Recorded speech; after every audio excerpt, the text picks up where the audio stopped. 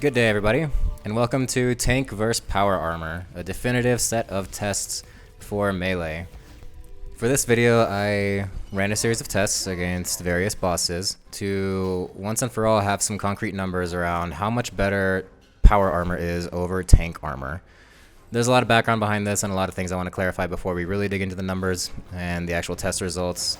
If you're interested in specific bosses or specific results, this video is timestamped, so feel free to skip around. Otherwise, stick around. I'll explain what's happening here. So, the main reason for this video is that I have looked up other videos to see what the real difference is between tank and power armors, and I haven't found anything that I really like or anything that really argues in strong favor of power armor. I myself am in favor of tank armor. On my main account, this is because I don't play enough to grind billions, and a lot of top tier power armor is worth billions. Melee is the exception, where Masterwork is by far the cheapest high level power armor you can get, and that's why I tested with Melee here. And now I'm on my Iron Man account here, or just Iron account, and my main account is no longer even active, so this is all I play on. And really, for the purposes of this account, I'm wondering if it's worth the grind for Serenic, Tectonic, and all that stuff. I grinded out half of Masterwork, and it was so painful, and I hated it so much that I just stopped and said, wait, is it really worth me making the rest of Masterwork, or is Tetsu just fine? So, those are my personal reasons for making this video. Other videos I've seen on this are just tests on like the dummies in War's Retreat, which is fine, but I haven't seen very many good tests on actual bosses with actual mechanics. See, how much of a difference power armor makes there when you spend a lot of time on bosses running around or dealing with various mechanics. In my opinion, I would think that the damage bonus there becomes less significant. So that's the background there. Now for the actual testing, before we get into it, there are a few things with my setup and my gear that I want to go over that might stand out already if you're looking at my gear here. So let's jump in. The very first thing I want to point out that is most obvious is that I'm using the Jaws of the Abyss helmet for both power and tank setups. I point this out because the Jaws of the Abyss is power armor, so it shouldn't be used technically for my tank setup, but the reason I'm using it for both is because it's not just power armor. It has the effect that you may or may not know that grants you adrenaline gain when you use bleed abilities on a target. So because my entire ability bar is kind of built around Jaws now, again, this is an Iron account, and I was fortunate enough to get this as a drop within very few kills. And I've built my whole Revolution bar around it, and I don't want to change Revolution bars for tank or melee setup because that's not fair to the test. Additionally, I haven't made a Superior Tetsu helmet yet, which is the rest of my tank armor, and I sure as hell am not going to take the time to grind a Masterwork helmet when I already have this. So that's why Jaws of the Abyss is used for both setups.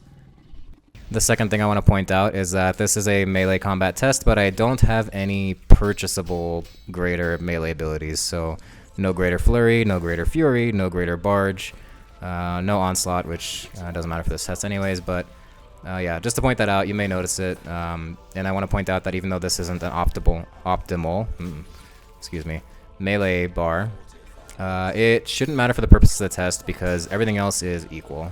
The only difference again in these tests is the tank versus power armor used. All else is equal. I just wanted to point out that my ability bar isn't best in slot. Does that make sense? Whatever. It's not top tier. And the last bit of funny business I want to point out is that for my power armor setup, I am using Masterwork, gloves, boots, and legs, but I am using a Superior Stadius top. This is tier 88 power armor instead of tier 90 like Masterwork. The power armor bonus is like 33 instead of 34, so I would say negligible. The main reason being I was lucky enough to get this as a drop from Revenants, along with the Ancient Warriors equipment patch, and I already smithed out 5 Masterwork bars for the Masterwork gear I have, and it took absolutely forever, and I absolutely hated that grind, I'll say it again. So I am absolutely not inclined to smith another 5 Masterwork bars for a Masterwork plate body just yet. So, it's close enough, I'm using Stadius. Alright, now for the more straightforward parts of the testing. As I mentioned, the rest of my gear is identical. The tank armor uses Tetsu, the power armor uses Masterwork level or close power armor. I am using an Amulet of Souls, Reef Walker Cape, Ring of Fortune, and Scrimshaw of Vampirism. Lastly, I'm using tier 88 Tetsu katanas for both setups. I am not using combat familiars, I'm not using combat auras at most. The only two auras I use, depending on the boss, are Vampirism and Penance, and this is just to make sure that I avoid eating as much as possible. I'm also using a Bunyip for the same reason. I want to avoid eating because I don't want to affect the Revolution rotations, and I don't want to drain adrenaline that way. And I don't want to use Bruise yet because I'm using Extremes.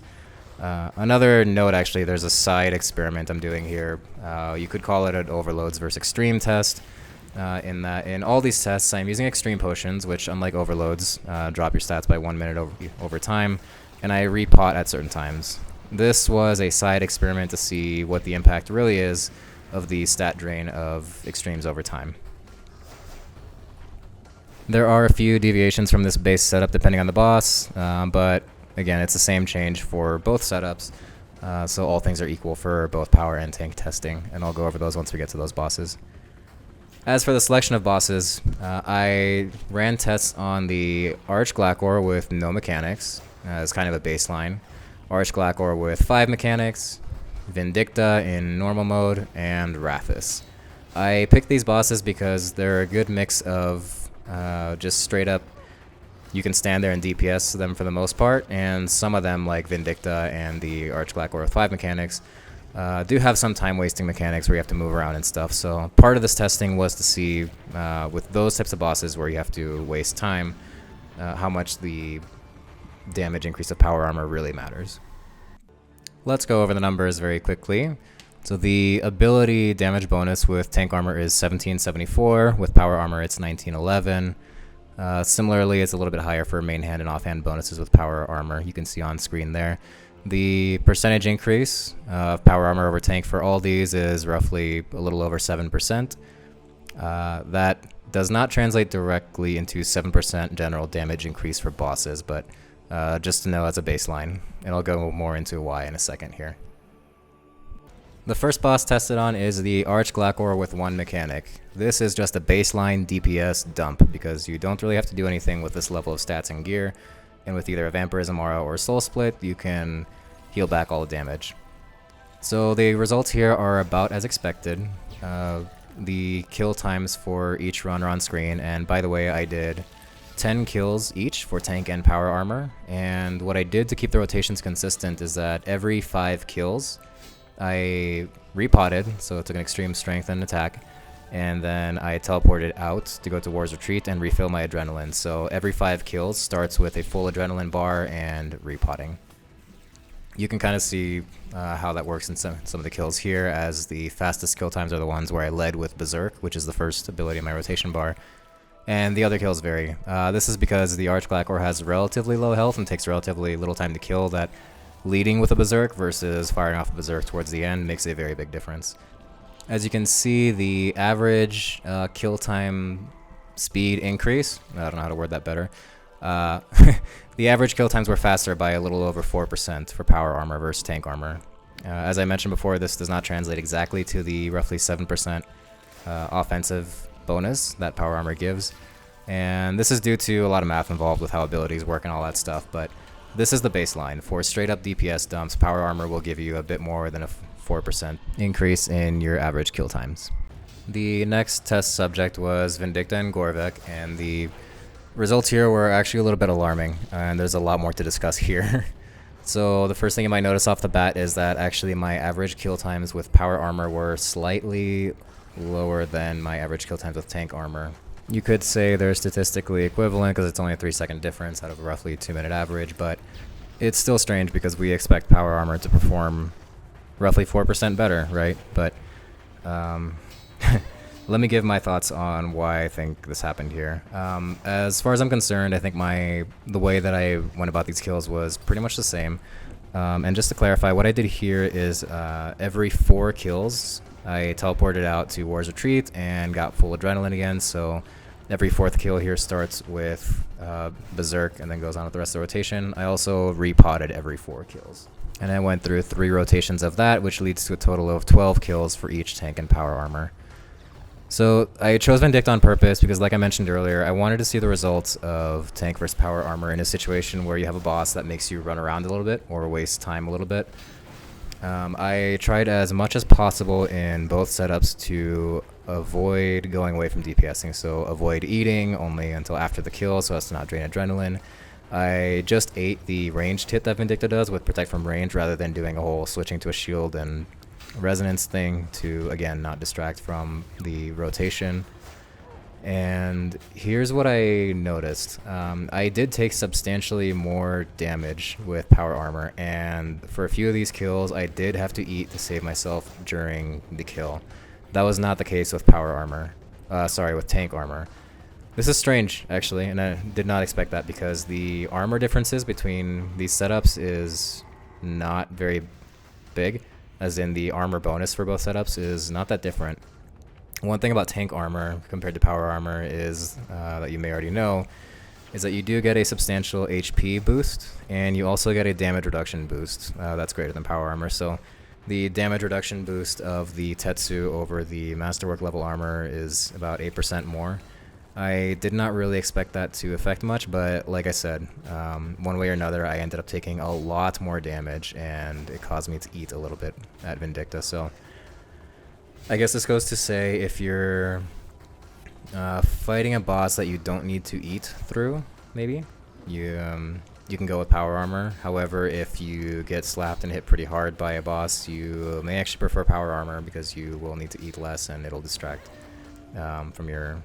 Well, not distract. It'll reduce your adrenaline less, unless you're going with overloads and Ceradomin brews or jellyfish or something like that, aka food that doesn't drain your adrenaline. That can be much more expensive than eating regular food, so it's not worth it for every boss. But that is the only reason I can explain what happened here. I went through 12 kills on purpose just because to mitigate bad luck, right? Because with Vindicta, you can get unlucky with the way the fire is, and you might take more damage, or Gorvek might land farther away for some kills than others, and it takes more time to run and catch up to him, things like that. So these are the results. I'm pretty comfortable with Vindicta at this point. I don't think it's my personal PVMing ability that messed things up here. Of course, this is not a best-in-slot setup, so I can't just DPS through everything and ignore all the mechanics. So this goes to show the results with a boss that you actually have to spend time dealing with the mechanics and actually eating through a little bit of damage. The next test subject is Rathis. Rathis has a similar HP pool to Vindicta, around 200,000 HP, or 190 in his case. But Rathis has a very irritating healing mechanic, in which if you're just standing there and DPSing through him and not dealing with all of the little poison pools, he'll periodically heal about 35,000 life points. So imagine my surprise when my average kill times at Rathis were actually a little bit better, or similar, at least with power armor, compared to Vindicta. Here, the thing that might stand out the most is the average percent kill time increase with power armor of about 15%. That is not due to the straight up super duper power armor bonus over tank bonus, but there is something very, very important to note here. And if there is an argument for power armor over tank armor, for me personally, this is it. So if you look at the kill times, a lot of the kill times with tank armor are substantially greater than those with power armor. Only one kill with power armor, the very last one here, took almost 3 minutes. The rest were under 2 minutes or close to 2 minutes. And what I did here, just to clarify further, is a similar teleporting towards retreat rotation. So I started every third kill with a full adrenaline bar and repotting. That means that every 3 kills, I teleported out, went to wars, got my adrenaline back, and then repotted the extremes. And I did this, and I only went until 8 kills, because after 8 kills, the results were honestly conclusive enough. So here's what happened. Actually, a very similar thing happened to Vindicta with power armor versus tank armor, and where with tank armor, I was able to avoid eating during every kill. With power armor, I actually had to eat during a few kills, because I did take a little bit more damage. Even so, the kill times were faster, and here's why. For a bunch of the kills with power armor on, Rathis was going to go through 2 cycles of his healing mechanic, but I killed him just in time, just as he was absorbing back the poison pools to heal himself, which means I barely saved myself from having to do another 35,000 extra damage. With tank armor, this was not the case. If you notice that every 3rd kill here, roughly, is a little bit better than the others, That's when I freshly potted, and that's when I started the rotation with Berserk. I managed to avoid or kill Rathis before he absorbs the poison pools a second time around and heals himself again. Every other kill that I did not lead with Berserk and a fresh repotting, Rathis managed to heal himself twice. So it's not only that the kills take longer because power armor is 4% slower at a baseline or whatever, but because I didn't kill him fast enough, Rathis managed to heal himself again, so I had to go through another 35,000 life points of damage. So this goes to show, for me at least, that there are certain bosses with mechanics like this that you can DPS through. I know I've never tried this, but if you go to Raksha, I know if you can DPS through the shadow pools if you're good enough. At Zamorak, a lot of players, most players in the PVM Discord chat, or the PVME Discord chat, will refuse to take players without power armor because at Zamorak it helps a lot to DPS through most of his mechanics, and you can do it with players that have high enough DPS. So it's a little bit annoying because I want to do bosses like that in my animate dead tank armor, but the results of this kind of show that it can make a difference. That little 4% damage increase can make a huge difference if there is a boss with a mechanic that heals himself or a mechanic that really hurts you if you don't manage to skip it.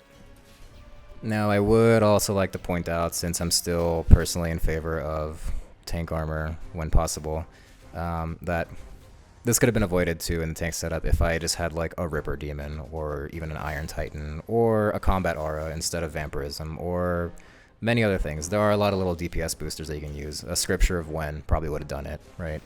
So there are other ways to kind of increase your DPS and avoid skipping those mechanics, but still, it's worth noting that it can make a bit of a difference there. Oh, and one thing that is just important to point out that I almost forgot with Rathis is that I did use an Amulet of Salamancy for both setups instead of the Amulet of Souls because I hate this boss and I hate dealing with the healing mechanics, so I figured if I can just give a big 15% damage and accuracy boost to both builds, that would be nice. So, just wanted to point that out there. The very last test subject was the Arch-Glacor, again on normal mode, but with all 5 mechanics enabled. If you're wondering why I didn't do this on hard mode, it's because I did not want to spend the time to deal with that, and there are a lot of mechanics that honestly are hard for me to deal with at this stage of my PVMing in hard mode, but I figured that the normal mode with all 5 mechanics enabled is enough of a test to confirm some things for me, namely that there are a lot of mechanics that make you run around again. There are a lot of phases where you can just DPS through, and there are phases that will just trip you up. For example, there were a lot of kills where I got the Glacor down to like a few thousand HP, but then he pulls like the Frozen Core or the minions or the sheer cold thing and wastes my time. This did happen about evenly with both power and tank armor setups, so I don't think it skewed anything there, but yeah, it's a boss with that kind of variability, and I really wanted to see what the results were with that. And it turns out the results were very similar to the Arch-Glacor with 1 mechanic, actually. A little bit smaller of a percentage increase. I still don't know how to say this. 3% faster kills, roughly, with power armor over tank armor.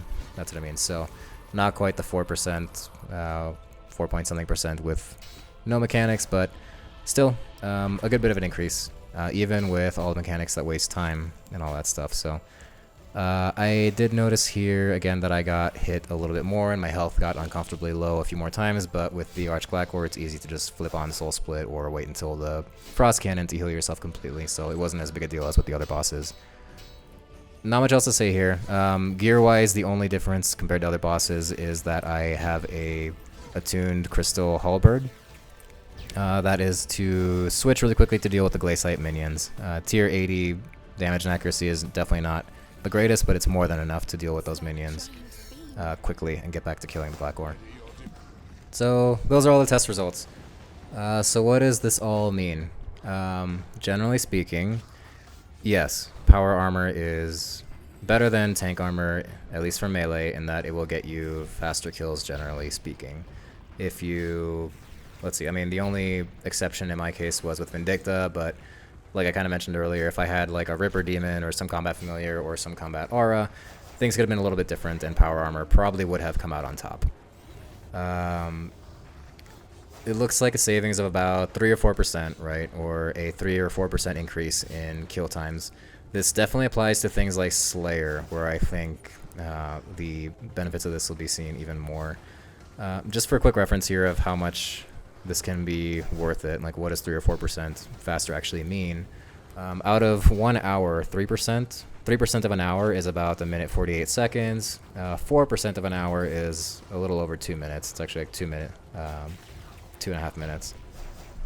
To give it a little further context, if we average that out to, let's say, 3.5%, if you were bossing or slaying for 100 hours, that would mean a savings of about 3.5 hours. So that's what that savings means. Is it substantial? It's up for you to decide. With Melee, if you're not an Iron account and you can buy Masterwork in favor of making Tetsu or whatever other tier 90 power tank armor, yeah, it seems like it's totally worth it. Masterwork is pretty inexpensive. Where my qualm still is with power armor is with magic and range. So especially for an Iron account, the only real viable option for power high-level range armor is Sirenic or Elite Sirenic. The equivalent for magic, of course, is Tectonic, and they both suck in my book in that they both degrade to nothing, even if you augment them, and even if you augment them, the only way to recharge them is to recharge them with one of the same item. So even for a main account, this is always pretty expensive to me. Of course, you can be selective of when you use those, but it just kind of sucks how much more expensive magic and ranged power armor is over melee. And of course, with magic, there's the added benefit of Animate Dead, which a lot of players call a crutch if you can't PVM properly, which is totally true. But especially for accounts like mine or players like me who don't spend like hundreds of hours literally escaping every week or whatever, or are irons for a bit of an extra added challenge. I would still prefer like Port's armor for magic and ranged over these super hard to replace power equivalents. I mean, if you want power armor for magic for whatever reason, especially as an iron, you'd better get really good at Forago because that's the only place you're going to get Tectonic energy. And you'd better have a lot of fun grinding Sirenic scales if you want to use it too. Or of course on a main account, you'd better have a lot of fun just grinding money and turning RuneScape into make money simulator just to afford power armor over a little bit of a tank armor. So yeah, that's my conclusion. It's not arguable that power armor, it will get you faster kills, but how much faster and how much that's worth going out of your way to afford power over tank armor, up to you. I just wanted to give you the numbers. You can decide for yourself. That's it. That's all I wanted to give you guys with this video. Just my personal experience in testing with these armors. I can tell you that for my experience here, I will definitely not be grinding out a Masterwork plate body anytime soon, and I will definitely be using my Tetsu over that. Please let me know in the comments about your experience and your thoughts on this, if you agree or disagree. I want to know your thoughts too. And of course, if you've made it all the way through to here, thank you for watching the whole video. And if you want more guides like this, please consider liking this video and subscribing to help grow my audience a little bit. That helps me out a lot. Alright, I hope this was helpful. I'll catch you guys in the next one.